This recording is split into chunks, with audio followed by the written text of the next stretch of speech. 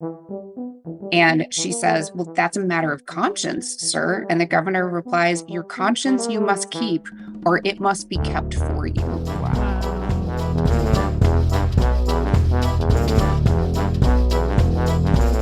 You're listening to Good Faith Weekly. I'm Mitch Randall. And I'm Missy Randall. We're here each week exploring the intersection of faith and culture We find people who stand up, speak out, and step forward. for inclusion, freedom, and justice for all. It's time for Good Faith Weekly. Brought to you by Good Faith Media. Welcome to Good Faith Weekly and Happy Independence Week. On this episode, Missy and I catch up. We talk a little bit about the history behind Independence Day. And then later on in the pod, we sat down with Dr. Elesha Coffman, whose book, Turning Points in American Church History, How Pivotal Events Shaped a Nation and a Faith, has a lot of things to say about how the church influenced our culture as we know it today. So stay tuned. It's going to be a good pod.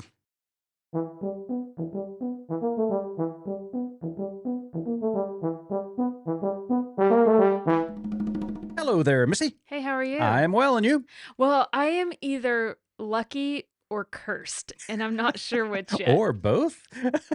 Okay, that could possibly be true. Yes, I mean, literally right before we came on to record Yeah. today, I went and made myself some eggs.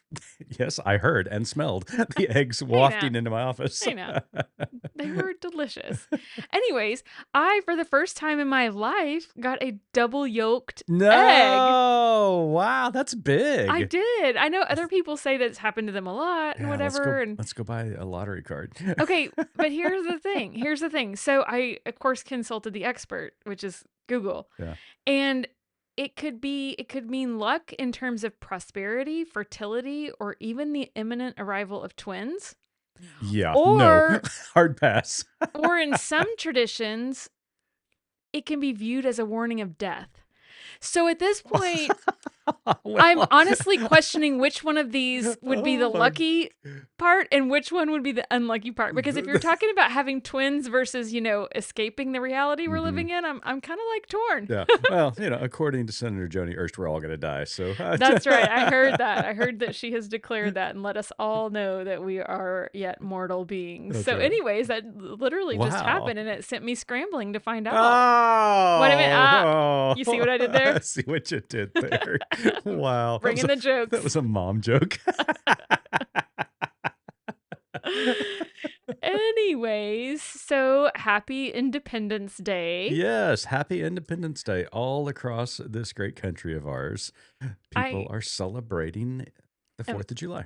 I have to say that every time I hear, there's some words that you hear that just always, remind you of something specific. And this is one of them. Mhm. Independence or independent Mhm. always reminds me of the scene in Rudolph with Hermie and Rudolph when they're going to go be independent. And then I think it's Rudolph that says, let's be independent together.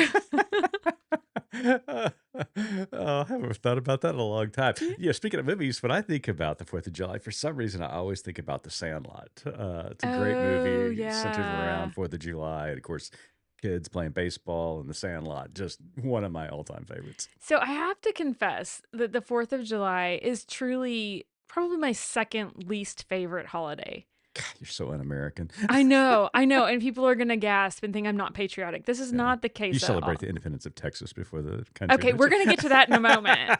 I have so many notes. We're going to get to that in a moment. But no, it's my least favorite holiday, not because of necessarily what it means, though in my adult years, I do feel like the relationship could say it's complicated at It this is complicated. point. But no, it's my least favorite holiday because one, the aesthetic. Like we've just come out of June where everything is like rainbows. Mhm. To the 4th of July where everything is red, white, and blue. Not that I don't like red, white, and blue, Right. but I mean, we just had rainbows, with like lots of color. And so now, It is a hard color.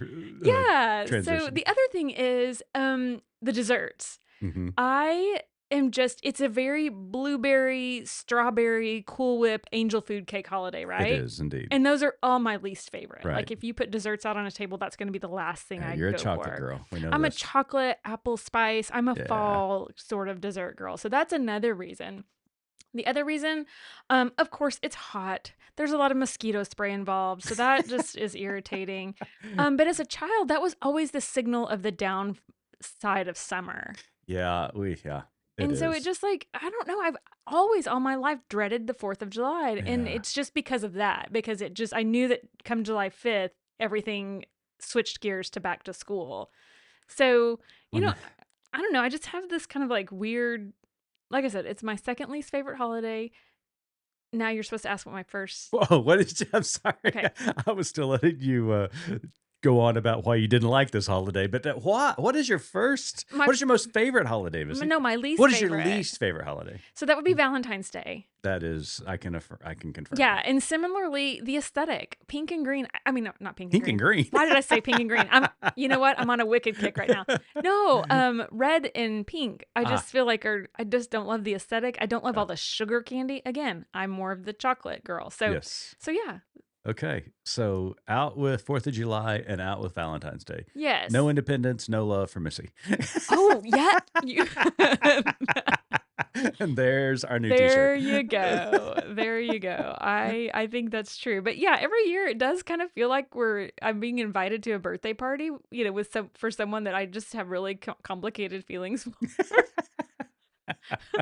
It is complicated. So let me say this. Yes. We are super proud of where we live and where we Yes. come from. We are patriotic individuals, but I feel like in any place or any person that you love, you understand that, there are it's not all sunshine and rainbows, and it's not all perfect. And Right, so because we celebrated that in June. we did. So, okay, moving on. I did come today, as I typically do with any sort of holiday themed show. I came with a few just super random fun facts we can talk about before we get to our topic. Yeah, I saw you with papers in hand. I do. I have papers in hand. And just a couple, because I know I've gone on too long about me. So I went to look at the flag code. Did you now? Because as I was thinking, Did you have questions about the aesthetic and about all of the desserts that we will have that are Yes. somehow representative of the American flag. Again, see also strawberries, blueberries, and Cool Whip. Okay. And so I was looking at the Cornell Law School for Legal Information Institute, and I was looking at the flag code, and I know a lot of us know these things, but I just think it's so funny and ironic that, of course, first and foremost, no disrespect should be shown to the flag of the United States of America. And it goes on. I'm just, again, pulling some excerpts that I found funny. The flag should never be used as wearing apparel, bedding, or drapery. There's been a lot of people who violated that. I mean, especially so around the your lake. American flag Speedo has got to go. Anyway, so I thought that was funny. The flag should never be used as a covering for a ceiling. Wow, I never thought about that. So you can't use it for a tent, I guess, is what that's there you saying. go. Yeah, right. Okay. Yeah, Although, that makes sense. I mean, if I'm outside and it's raining and that's all I got, I mean, that's all I got. Anywho, it should never be used for advertising purposes in any manner whatsoever. It should not be embroidered on such articles as cushions, why cushions is the first thing listed, I don't know.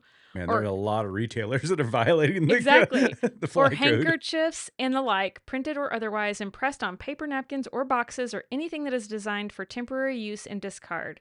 Advertising signs should not be fastened to a staff or lanyard, maybe, from which the flag is flown.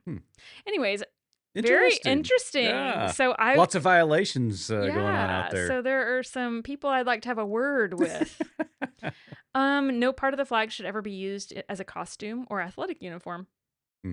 So there you go. And the flag, when it is in such a condition that it is no longer a fitting emblem for display, it should be destroyed in a dignified way, preferably by burning. I did know that. So I knew I'd heard that as well. I had never actually read the flag code. Now I can say that You have. Yeah, there's actually a lot of regulations in the flag code that a typical American violates on a weekly basis. All the time. Yeah. And so I went and did a deeper dive because I'm always, this is the thing, I always try to fact check myself on things like this, and then I get real tired head fast. So you guys don't ever quote me as like fact. Just know I've usually checked like 2 or 3 sources, but when I got to the Supreme Court cases about flag code, I was out, y'all. Yeah. Well, So this Saturday at your 4th of July parade, kids in your local communities, make certain to cite Missy Randall as your That's authority right. As when you're it comes to flag as code. you are, yes, going at people who are wearing That's the right. American flag. So yes, I know I got real bogged down in the Supreme Court cases, and what it sounds like it always ends up being a free speech Sure. issue, Yeah, of it is. course. Moving on, did you know that 3 U.S. presidents have died on the 4th of July? I did not know that. Now, okay. You're gonna Now, guess which ones? I know 2 of them, but they were older later in life, and that's Yeah. Jefferson and Adams. Yeah, They died on the same day. yeah. So I'm not saying they died in office. I'm just saying they. Okay, so Jefferson and Adams, Good on you. they died on the same day, and they had this like running joke in their letters about one another who was going to die first. And God, who was the next one? I have no idea. The third one is James Monroe. Oh, I never got it. So Adams and Jefferson died in 1826 on July 4th, and then Monroe passed 5 years later in 1831. Yeah. So yeah. So take a guess, Mitch, on how much money Americans spend on fireworks every 4th of July. Oh my gosh, I'm going to go with $10 million. $1 billion. No way, 1 billion? That is from a source. I mean, I checked it, but that's really hard to fact check. That But is yes, that amazing. seems to be. I guess when you factor in like all of the shows, ball games and concerts and stuff like that, and cities, that I mean, I think on it the could 4th add of up. July. Yeah. It adds up pretty quick. So I don't think the average Joe going to Billy Bob's fireworks stand down at County Line is going to spend $1 billion. You know what? I've met your family, and they come pretty close. I'm Right. just And saying. there's nothing better than going to Crazy Debbie's in Joplin, Missouri. That's right. I have seen the carts your family has filled of fireworks. I believe it wholeheartedly. So interestingly enough, fireworks can get 15 times hotter than the point of boiling water. Wow. So 3 sparklers burning together can generate heat that is equal to that of a blowtorch. Ooh. So by all means, let's hand all of our toddlers sparklers. Here, Junior, throw this. How many little kids do you see running around with sparklers? Because it's like, oh, that's like the safe alternative. safe You one, yeah. guys, 3 sparklers can generate heat equal to that of a blowtorch. We should not be giving these to our Absolutely children. not.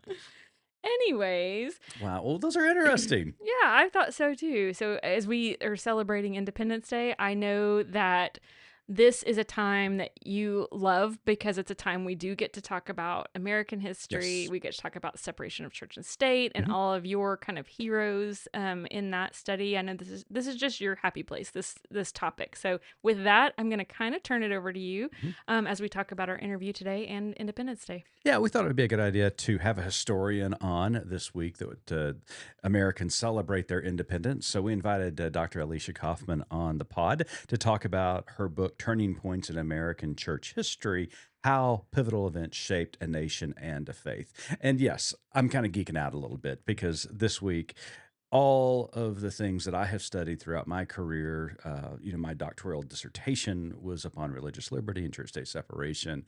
This is a time where I get to talk about all this stuff. And really, as we celebrate independence, and as you've already indicated, it's complicated. It really is. But in that complication, there are some really great gifts that this country has given us.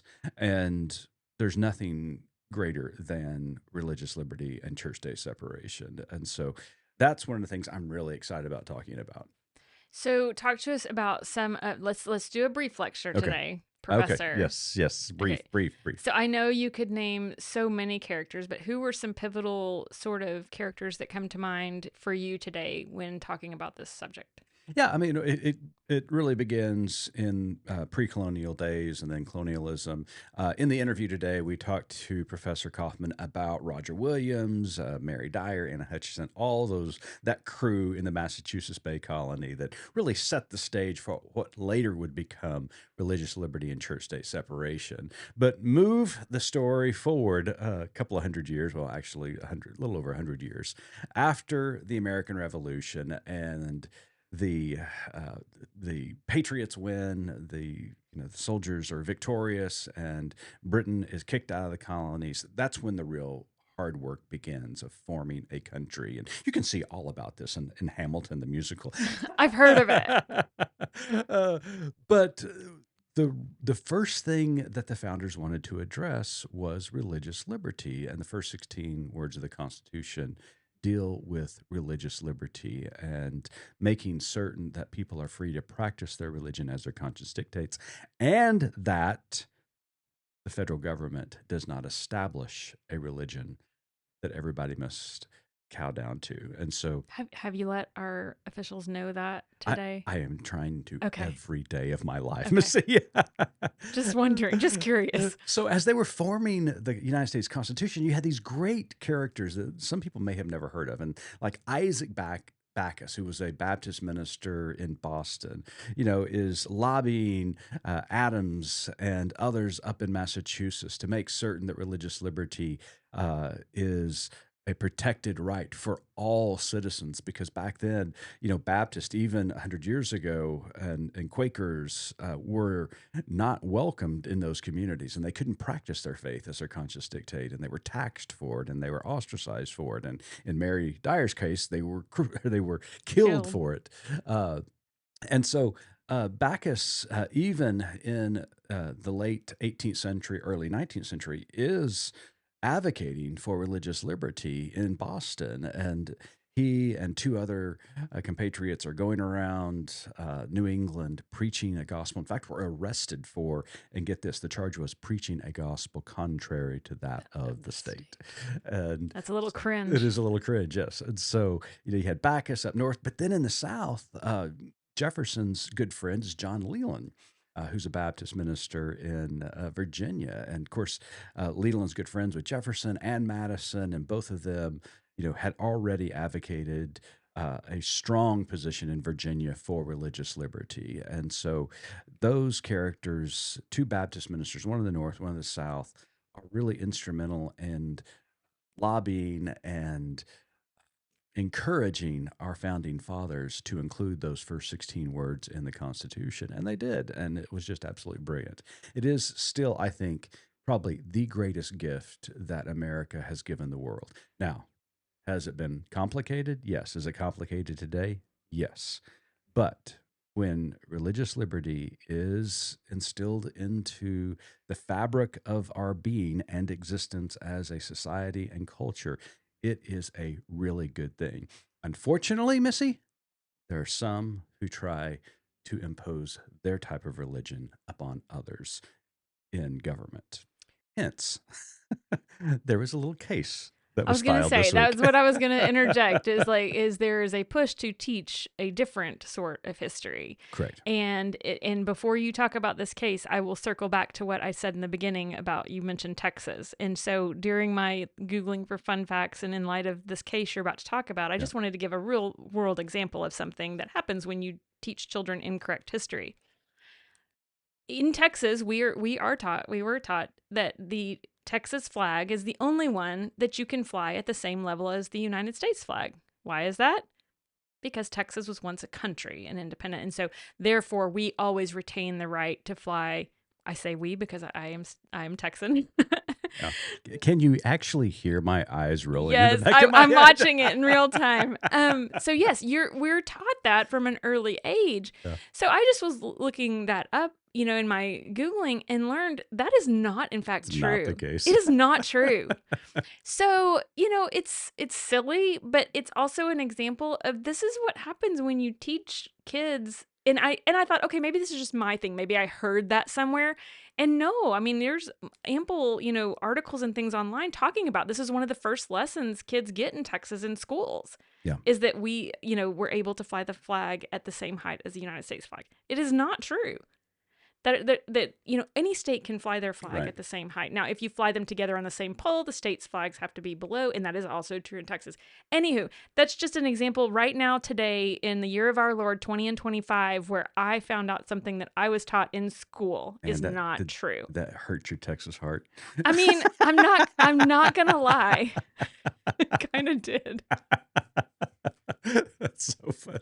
So, but yes, it is still happening today. So thank you for that example. Yes, this week, Americans United for the Separation of Church and State filed a lawsuit against State Superintendent Ryan Walters. Whose name is on that case? Well, it might be called Randall versus Walters. This is what I've heard. Because State Superintendent Walters issued an edict not long ago asking, or basically demanding, that teachers teach the Bible as history, also teach some uh, untruths as facts, as though, for example, the 2020 election was uh, rigged, and people believe that. That has been debunked numerous times by Democrats, and more so by Republicans. And so yeah, I mean, it was this attempt to rewrite history, to push a right-wing Christian nationalist agenda upon children. And so myself, along with over 30 plaintiffs, Missy, teachers, educators, parents, we are saying no to this. This is unconstitutional.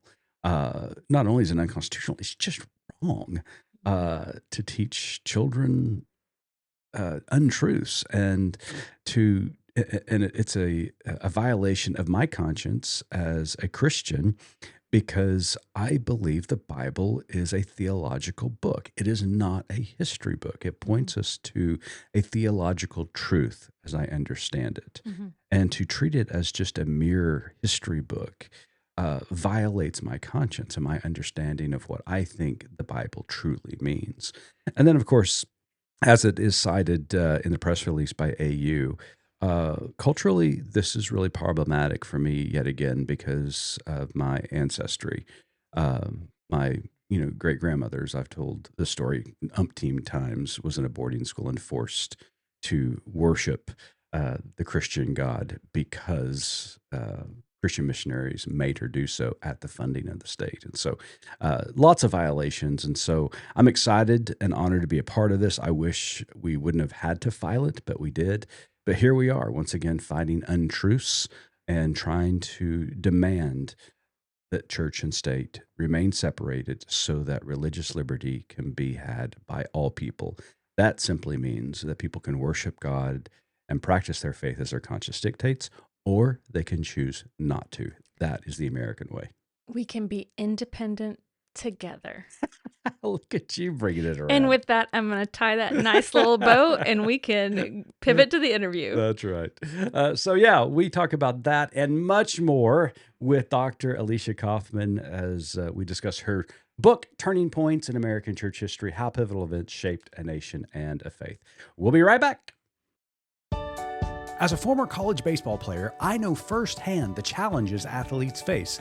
That's why we're proud to support Christian Athlete Circles, a ministry that is creating spaces and resources to accompany athletes on their faith journey, wherever they are. To learn more about Christian Athlete Circles, go to ChristianAthleteCircles.org.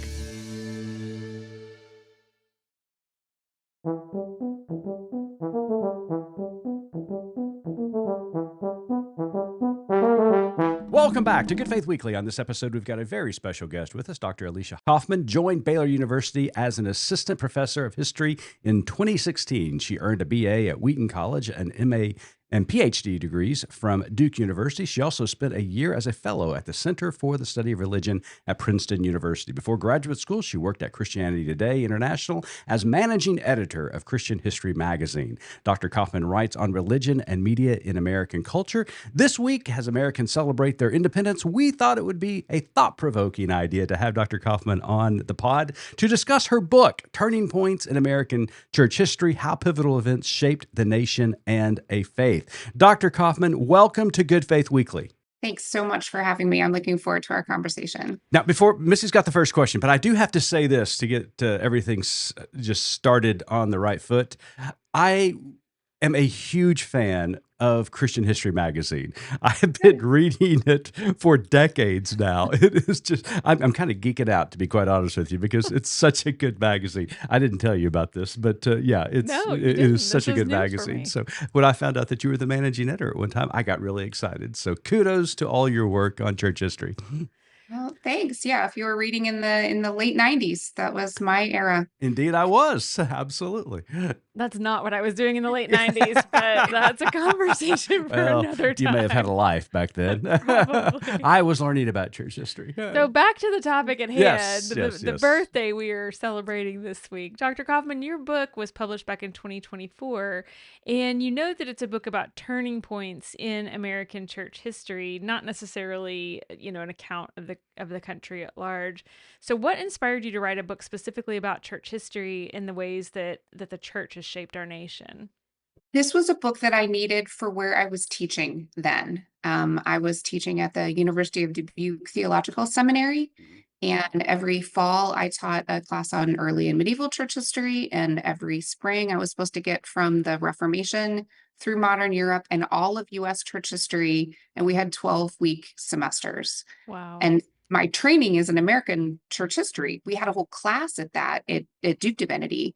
And so I tried to think, how can I give my students at Dubuque some of what I had seen and what I had TA'd for at Duke, but in a book that I could assign in like 2 weeks, 3 weeks max.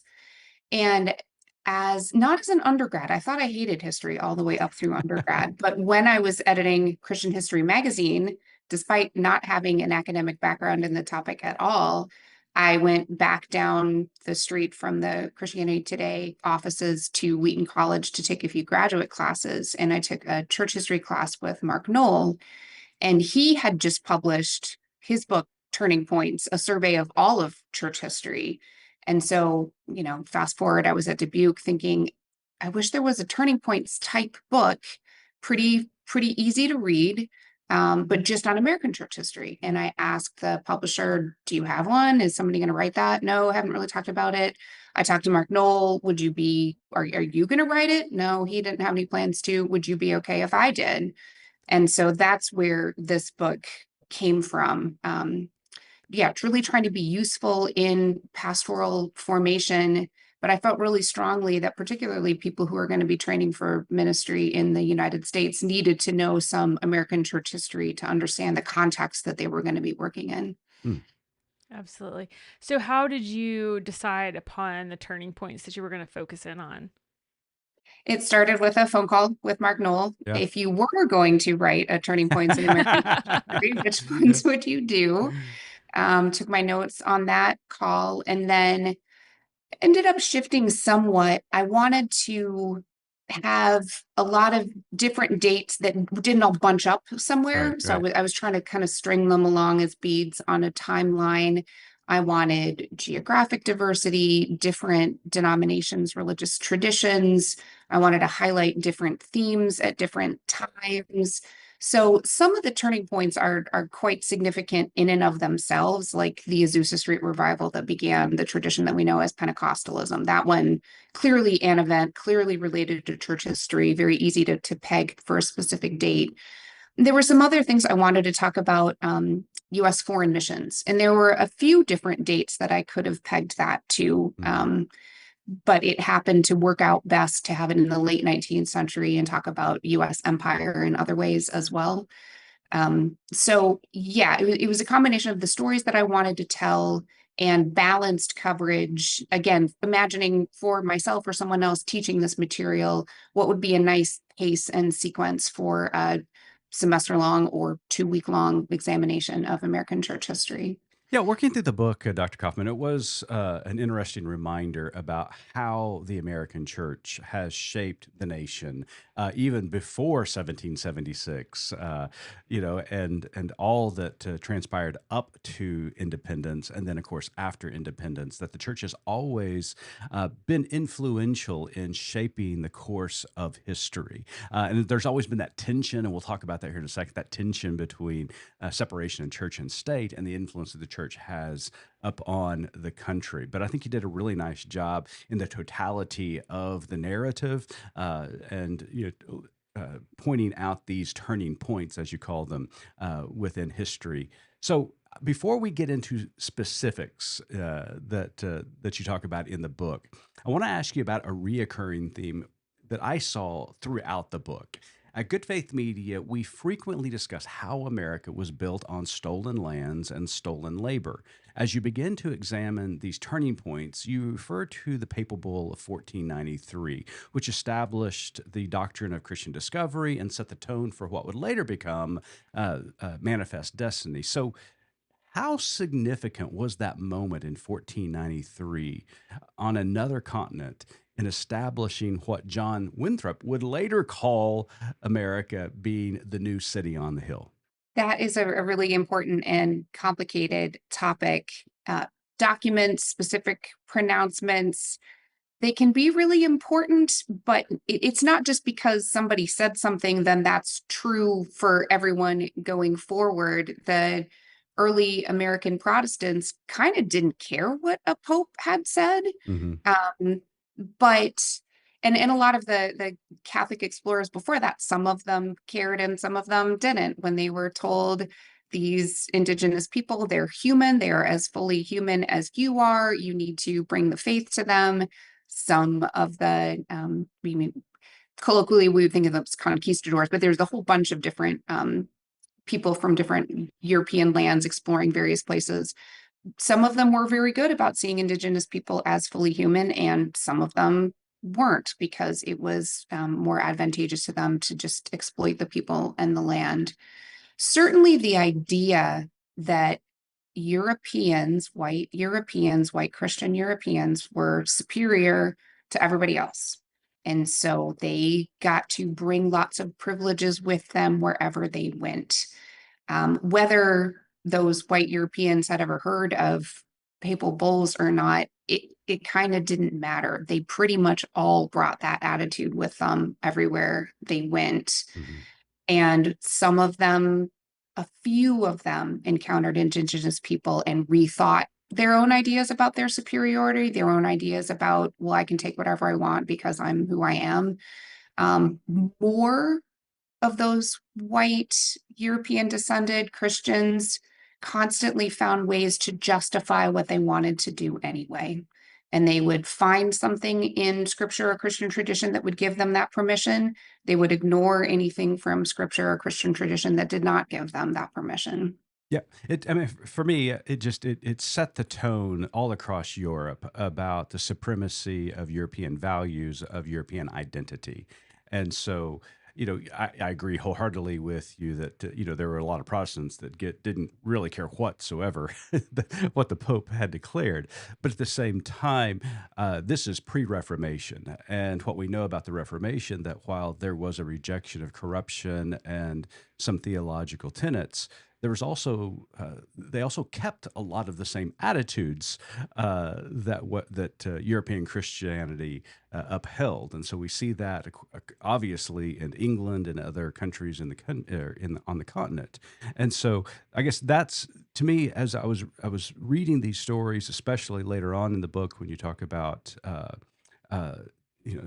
Slavery, chattel slavery, and then the civil rights movement. It seemed as though, there is that running theme. The tone was set early, theologically, in this country, that God had somehow elevated white Europeans above everyone else. But you're right, there are certain stories. In fact, Missy's next question is about some of those people who really saw the native people here in America as maybe not equals, but certainly shouldn't be treated as they were being treated by the rest of the colonists. So yes, as you mentioned, we're going to talk about colonial times. In our house, as we were raising our children, there were people that our kids were taught about ad nauseum from my husband. But Roger Williams, Anna Hutchison, and Mary Dyer were talked about a lot in our home. And you Mhm. highlight these characters when you're talking about religious liberty and church-state separation. So can you talk about the turning points as far as their involvements and how their work resonates today? Right. The date that I chose from all of that was 1635 when Roger Williams was banished from Massachusetts. And really, that was just a theme that I wanted to talk about, and that was a convenient date to do it with. Um, Roger Williams is such an interesting character. I don't think I probably would have gotten along with him interpersonally. Most people didn't. But there's a lot to admire there, especially the way that he interacted with Native people and worked with them and partnered with them. One of the things that really cracks me up about Roger Williams is that he chafed against the order in Massachusetts. He really kind of didn't think any other Christian ministers were Christian enough for him.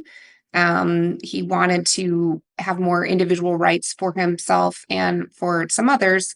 So then he gets banished, and then he has to try to run Rhode Island, known as Rogue Island, or as sort of the cesspool of New England, where all the misfits would go. But once he's in charge, he's like, oh gosh, actually, complete individual liberty is a really hard principle to govern on. And so he writes back to some of the people who banished him to be like, no, seriously, how do you run a colony? My ideas are not going so great here. I love that about him. That's too funny. That is so funny. And then, of course, every time we go to Boston, I've got to go to the Commons and pay tribute to Mary Dyer, who was, executed there at the Boston Commons. You also talk about Anna Hutchinson and the Quaker movement. I mean, you talk about a bunch of rebel rousers and people who, really held close to their principles in a really sometimes unusual way. I mean, they really helped shape these ideals of religious liberty along with Roger Williams. So can you share a few anecdotes about Dyer and Hutchinson? Dyer, I don't, to be honest, know as much about. Mhm. Hutchinson. I had to put in just because we have this amazing primary source. We have a transcript of her trial. It was recorded later, but it is, as far as we know, it's quite accurate and faithful. And to Right. have that kind of, this person said this person said this, one of them being a woman from that era is just amazing. And I have a little bit of the source as a sidebar in here. I've used it in teaching. I was talking to a group of pastors just a couple of weeks ago. I used it again with them. And in part, it's because of my favorite line. She's being questioned by Winthrop, the governor, the city on the hill guy, Right. the other authorities in Massachusetts. She had been leading some religious meetings in her home, and they didn't like this. They didn't trust all of the ideas that she was sharing, but also they didn't like a woman being that powerful in their community. And so these authorities are coming at her from all these different angles. And she's like, you're not even saying any law that I've broken, any rule that I've broken. And the governor's like, well, yeah, I've named all these things that you've done. And she says, well, that's a matter of conscience, sir. And the governor replies, your conscience you must keep, or it must be kept for you. Wow. Wow. And it's such an ominous line, but also does such a good job of communicating that when Americans look back at these forebears, and why I started the book with the defeat of the Spanish Armada was, as you said, to point out there was so Mhm. much going on before 1776. It Mhm. certainly wasn't just Puritan New England and then some Virginia slaveholders. There were Right. all these different groups. But when Americans have been told or think of themselves where, well, our forebears came from Europe for religious freedom, hardly any of them came for religious freedom as most 21st century people would think about it. Mhm. It was at the communal level, and freedom was doled out and monitored by somebody else. And that's the conflict you see with Hutchinson really, really starkly here. She's like, I thought I got to follow my own religious conscience. And they said, no, you do not. Well, Professor, you talk about so many other turning points within history. I could talk about them, to nauseum. For Missy's may not enjoy that conversation, but I could. So, because of time, though, we need to skip forward, and there are two pivotal moments that we want to talk more about in Common Era, and that is one, the Civil Rights Movement. So. There are two more recent ones that we want to discuss, and again, the other one's about the religious right. Let's begin with civil rights movement. It was born out of the Black church, and while you point out that most people can recite or paraphrase at least Reverend Dr. Martin Luther King Jr.'s "I Have a Dream" speech, you point to another area of the country as a turning point. You highlight Birmingham, Alabama, or as it was called then, Birmingham. So can you explain why that city was so significant, and maybe the state at large, to the civil rights movement, and considering it a turning point in the civil rights movement? Yeah, that was not the way I intended to write and frame that Hmm. chapter. On my original schedule, it was more Martin Luther King, I Have a Dream speech, some general opening of opportunities for different kinds of people. And I was hoping that I could lump in some other 1960s events because, Okay. again, I didn't want to have different chapters on some, but so much happened in the Hmm. 60s, civil rights, Vatican II, and the change of U.S. immigration laws that reopened immigration and radically diversified American religion. I was somehow hoping that I could deal with a bunch of that all together. Right. But I had started writing this book when I was still at the University of Dubuque, and then I took a job at Baylor, and Baylor wanted me to write another straight scholarly monograph rather than finish this book. So I wrote a whole book on the anthropologist Margaret Mead, came back around to this book, and the summer that I had on my revised schedule to be writing this 60s civil rights chapter was the summer that George Floyd was killed, and Wow. there were protests across the United States, including in Waco, including ones that I participated in. And it felt that violence was a much bigger part of that story than I, as a white person born after the height of this, had ever appreciated. Mhm. And so I reframed that chapter around one of the many episodes of violence with civil rights, but one of the ones that you could plausibly say started to be a turning point, started to tip public opinion and the support of the federal government toward ending some of this horrific violence and actually giving African Americans their long denied rights. And it was the church bombing. Mhm. There were a lot of bombings in Birmingham, as it was called, Birmingham, Alabama. Some of the very starkest, most obvious black white clashes were there because those white authorities were particularly proud of their Confederate heritage and wanted to dial back the clock to before the Civil War. And violence was a big part of the story. Media attention was a big part of the story. I knew this from teaching this material in U.S. history surveys. I knew this having been a journalist, that getting public opinion engaged is one of the things that media do. So in Birmingham and with the leadership of Reverend Fred Shuttlesworth, a lesser known figure than Martin Luther King, but a towering figure in his own right, he was more confrontational. He was more controversial in that way than King became more that way, but Shuttlesworth was there ahead of him. And Shuttlesworth thought if we can foment these clashes, we know that the local white authorities want to come at us with everything they've got. If we can create scenarios where it is absolutely crystal clear to anyone seeing one photo, anyone seeing one video clip, that we are in the right and these white authorities are in the wrong, Mhm. then that will help people to see what we're up against. That will help to galvanize some support. That will help to bring fundraising support, because this fight had been going on for since Reconstruction for them, and wonder, like, what is it going to take? What is going to move the needle here? What is going to change anybody's mind? What is going to tip the balance? So Shuttlesworth is leading a lot of this activism. There are always other people involved. It's never just one leader of civil rights, although often the photos would have the one leader, because again, that's the visual language of, oh, okay, I know where we are. I know who we're talking about. I know what's going on. But it was the bombing of the church that killed, they always get called four little girls, they Mhm. young women. It was, again, so starkly tragic, Right. so obviously who's in the right and who's in the wrong, who is the victim and who is the victimizer, that gets attention throughout the US and abroad. A big part of the story that I had to learn from a colleague at Baylor, how much the United States in the Cold War context of the 60s was afraid of how the Soviets could make hay of news from the US of people of color being abused. Mhm. because a lot of the Cold War, turf war, it's being fought in Asia. It's being fought in Africa. It's both of the superpowers trying to make their bid for these previously colonized peoples. You want to join our team.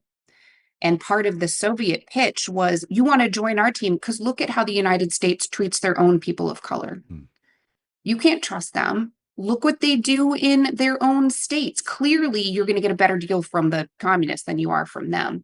So as this church bombing goes not just national, but international news, that's all part of the story of the people in power in Washington, D.C. being like, okay, it really has gone far enough. We really do need to try to change not just the experience of Black people in America, but change the narrative around it for domestic and international political purposes.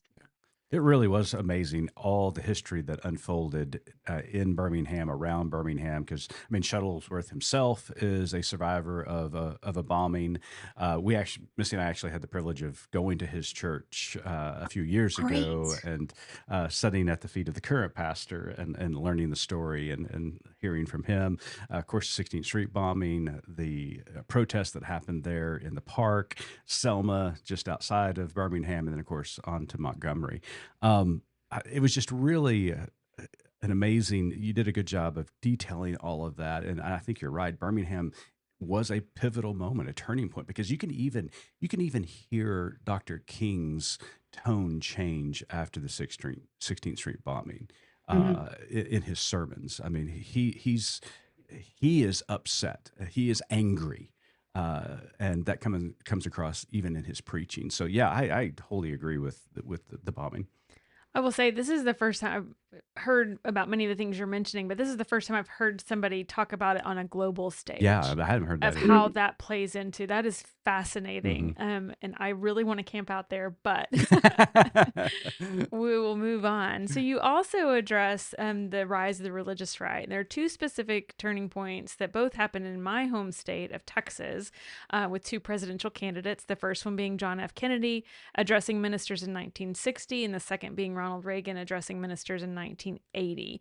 Can you kind of compare and contrast these moments, especially talk about how Reagan's moment contributed to the current day religious right, or, Christian nationalism as we see it? Yeah, the stakes for those two guys were very different since Kennedy was Catholic, and Catholicism was seen as an other faith, as a foreign faith. It was more associated with immigration, although in 1960, I mean, the U.S. almost shut off immigration in the 1920s. So these are second and third and beyond generation immigrants, but still, Catholicism is seen as outside, as if the real power is the Pope. And so surely that's incompatible with American democracy. We can't have a president who answers to some authority, some religious authority outside our country, not even American, which of course Pope is American now, and people thought that would never happen. So that's exciting. It's like you see, it's funny because yeah, like back then we thought this would never happen. Right. So Kennedy had to take great pains to say, yeah, I'm Catholic, but it's not going to affect how I govern at all. Right. I don't have to answer to the Pope in that way. Like I'm safe Catholic. Reagan decided to become the voice of a group that considered themselves a beleaguered, disaffected minority, evangelicals and conservative. He made a lot of outreach to conservative Catholics as well. But when he's talking to the national religious broadcasters, that is this neo-evangelicalism that felt that they were marginalized, even though, I mean, Falwell's group was moral majority. There's a lot of different messaging going on to these groups. Yeah, you're actually the majority, but you haven't been organized yet enough to exercise your power, and the liberal mainstream media doesn't understand you. There's some specific stuff about media history in there about which religious broadcasting in the era of free time, radio stations had to give a certain amount of broadcast hours for public service programming, and some kinds of religion got to be free public service programming and other kinds didn't. It was mostly mainline Protestantism that got the free time, and the evangelicals didn't. So Reagan is not trying to downplay how religion is going to affect his governing at all. It's the opposite of Kennedy. Like, no, Reagan is telling these people, I will represent you. I will be your voice. You don't have to be ignored and talked down to anymore. You really are a majority. You can exercise a lot more power than you have before. Yeah, he delivers that famous line, "You can't endorse me, but I endorse you." Yeah. And they just lapped it up. It had been building, and it's entangled with race. It's very entangled with gender. I try to get at that in the chapter. It's not all conservative Christians who are hearing this siren call. It's particularly white ones. It's particularly white ones in the Sun Belt and the West. So the sort of libertarian West and the post-civil rights South. A huge part of the story is the Southern strategy of the Republican Party. After LBJ enacts civil rights legislation, these Southern whites who had been Democrats since Reconstruction, they're in play. Basically, which party can court the white Southern racist vote, which never went away. And it had been the Democrats, and suddenly with the 70s shifts, it's the Republicans. Right. And Reagan captures all of that frustration from people who thought that they ought to be in charge and thought that they hadn't been enough, and smashes it all together and becomes very, very popular. Well, Dr. Coffman, I could talk to you all day. The book is outstanding. Turning Points in American Church History, How Pivotal Events Shaped the Nation and a Faith. And as Americans gather this week to celebrate our independence, it is a good reminder, Missy, that the church has contributed to the shaping of this country and continues to do so today in good ways and some bad ways as well. So, Dr. Coffman, thanks for being with us. But before we let you go, we've got one last question that we ask every one of our guests, and Missy has the honor of asking it. So, Dr. Coffman, as you know, our tagline at Good Faith Media is "There's more to tell." So, in light of your work and our conversation today, what is your more to tell? The more to tell I'm working on right now is a history of religion news service. Oh, wow. That's why I'm in Philadelphia using their main archive at the Presbyterian Historical Society and trying to talk. I love that your name is Good Faith Media. How much Religion News Service was trying to use media to make the United States and the world a place safe for religious difference. Mm-hmm. Wow, I can't wait. Can't wait for it out. Well, when it comes out, we'll reach out to you so we can have you back on the pod. So I'll let you know. Thank you so much for being our guest, and we wish you and yours the happiest of 4th of Julys, and you're welcome back anytime.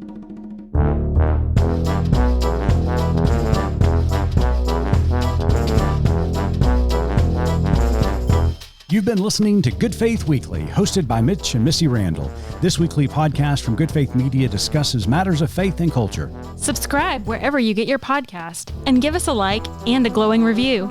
We produce the podcast out of Norman, Oklahoma. Our music comes from Pond 5. And we're supported by listeners like you. Learn more about us at goodfaithmedia.org.